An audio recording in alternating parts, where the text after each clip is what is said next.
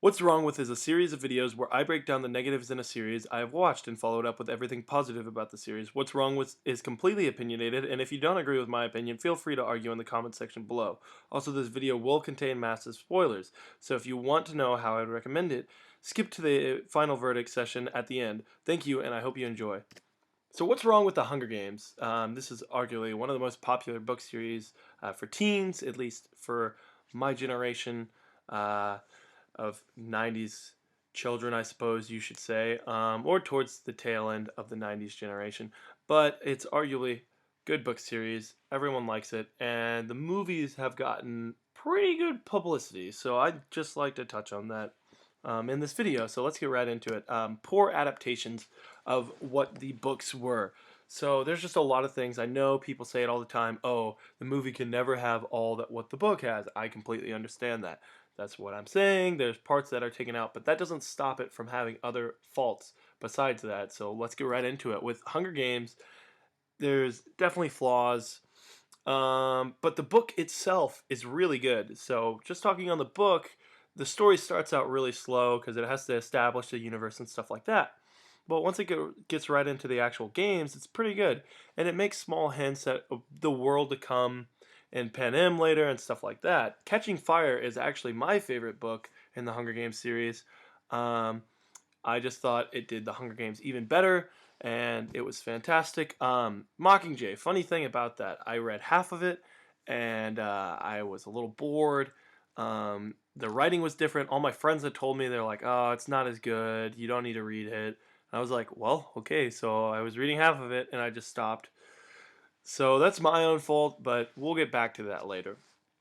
So right into it for the movies, they chose Jennifer Lawrence, and then they got Josh Hutcherson, and then they got one of the Hemsworths to be the main three people. Um, Fine, I suppose. I mean, none of them had done anything hugely big at the time, but I mean, they've kind of transformed into stars. I mean, Jennifer Lawrence has done a lot of amazing things. I feel like Josh Hutcherson is the strongest one out of these three with the performance he's allowed to give, and then Liam Hemsworth is just a pretty guy to look at. Let's be honest. So yeah, there's the first movie, and there's a lot of problems with that, with the way it's filmed, with the action, uh, with the acting in it, even is pretty bad. But in the second one, Catching Fire, there's a lot of really good things. I think it's the best film overall, um, and there's definitely good fits all around. So getting right into that with Mockingjay Part 1 and 2. Here's my problem. You have arguably the worst book in the series, or at least with most of the fan base is the worst, and you split it into 1 and 2. I mean, my fault with a lot of these movies that split into part 1 and part 2 is they're not a full movie. The part 1's just completely exposition, and then part 2 just all the action. It doesn't flow together, and it just takes up more time. But I mean, I know why they do that. These movies make money, and I completely understand that's why. And I'm kind of it's kind of upsetting because the part 1 and 2 works every time, that studios see this and they're like, "Oh, we better keep doing this." So, yeah, there's too much talent for these roles. I mean, Jennifer Lawrence was fantastic in Silver Linings Playbook, also American Hustle.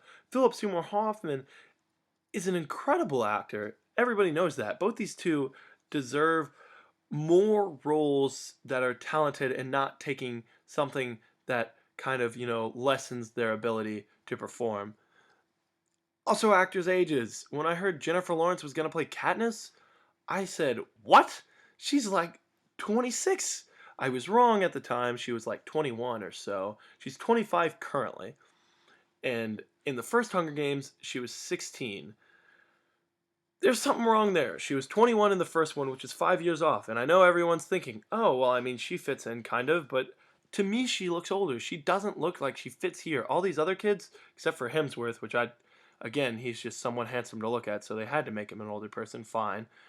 Also, I think he does look older, but that's not his fault. It's just, looks. But I mean, Jennifer Lawrence kind of sticks out in this crowd. I've seen her look older. I mean, what if, for instance, they were just like, Betty White's gonna be Katniss, cause why not? It doesn't matter. You're gonna still see the movie. You all be like this. That's not gonna happen. That's not what we want. So who should have been Katniss? Everyone always asks me this when I gripe about Jennifer Lawrence getting the pick, and I honestly don't know.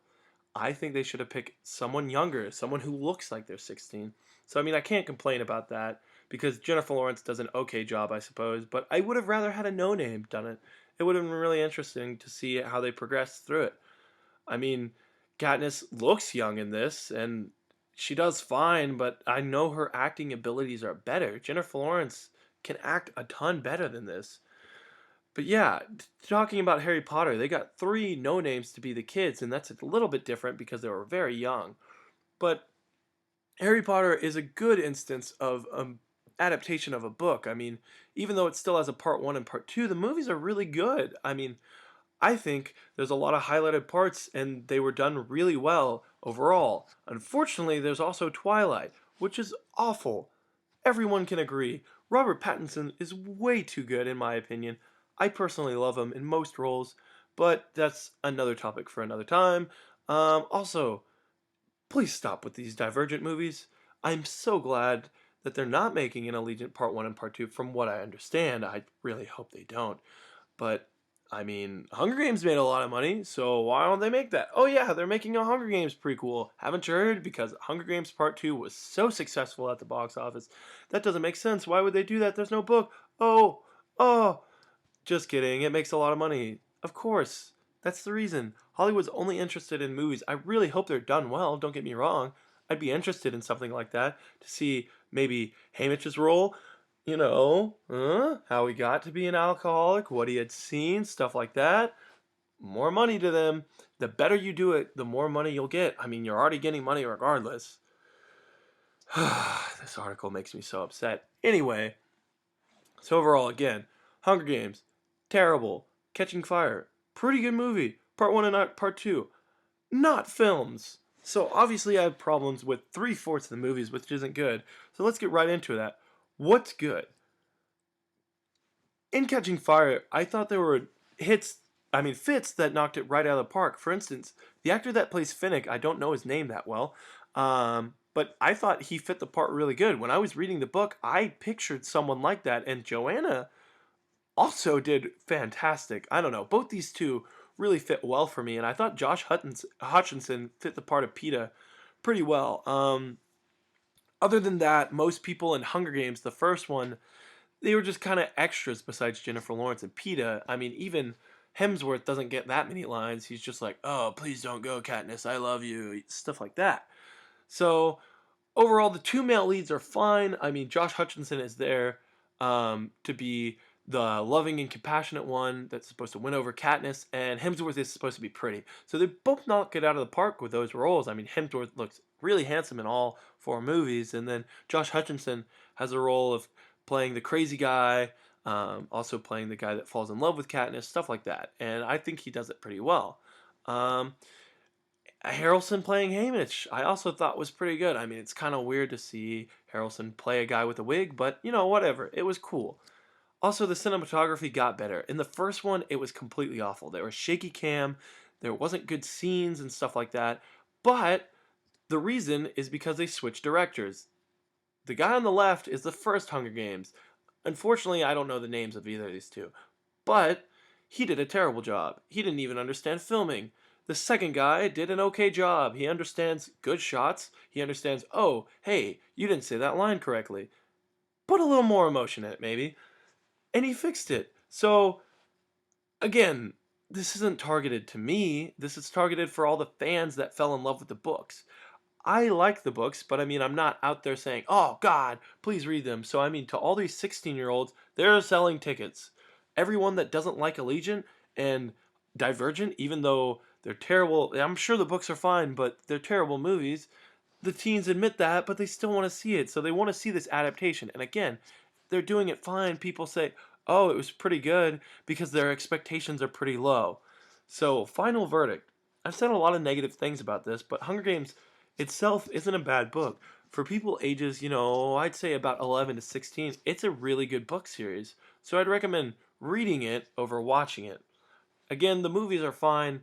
Just for me, they're not complete. Only one of them's that good.